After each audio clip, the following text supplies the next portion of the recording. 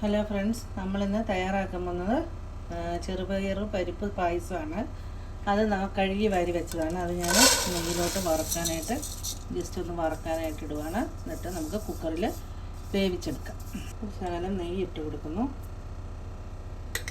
വറുത്ത് എടുക്കാം. ഇതിനകത്ത് ഞാൻ 2 കപ്പ് വെള്ളം ഒഴിച്ചു. പരിപ്പ് ചൂട്ടി പിടിക്കാതെ തന്നെ ഇതിന് ഈ കപ്പിന് 2 കപ്പ് വെള്ളം ഞാൻ ഒഴിച്ചു. വെന്ത് കഴിഞ്ഞിട്ട് നമുക്ക് നോക്കാം. ക്യാരറ്റ് ഒന്ന് വേകാനായിട്ട് വയ്ക്കുവാണേ. വെള്ളം ഒഴിച്ച് വെന്തിട്ട് നമുക്കത് അരച്ചെടുക്കാം. ആ വെന്ത ക്യാരറ്റ് നമ്മൾ അരച്ച് എടുത്തതാണ് മിക്സിക്കകത്ത്.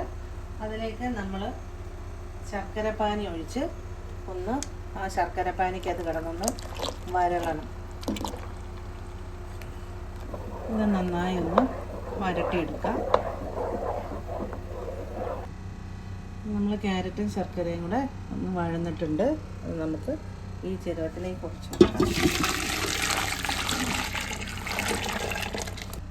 പരിപ്പ് കുക്കറിൽ വേവിച്ചതാണ്. ഇത് നമുക്ക് ആ ശർക്കര ക്യാരറ്റിൻ്റെ അകത്തോട്ട് ചേർത്ത് കൊടുക്കാം. ഇത് ശർക്കരയ്ക്കകത്തോട്ടിട്ട് ഇത് നമുക്ക് ഇത് ശർക്കര പാനിയിലോട്ടിട്ട് നമുക്കിതൊന്ന് ഇളക്കി കൊടുക്കാം നല്ലോണം. അതിലേക്ക് നമ്മൾ 2ാം പാൽ ഒഴിച്ച് കൊടുക്കുകയാണ്.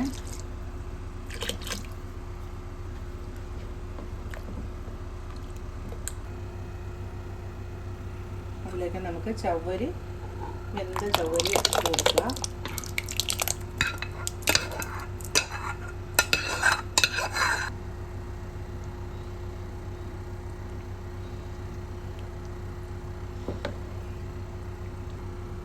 അതിലേക്ക് നമ്മൾ ചുക്ക്, ഏലക്ക, ജീരകം പൊടിച്ചതാണ്.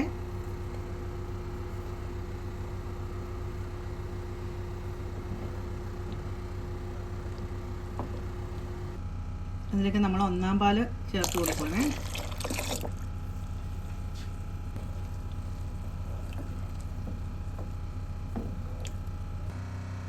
നമ്മളിതിലേക്ക് കാഷ്നട്ടും തേങ്ങാക്കൊത്ത് വറുത്തതും മുന്തിരി വറുത്തതുമാണ്.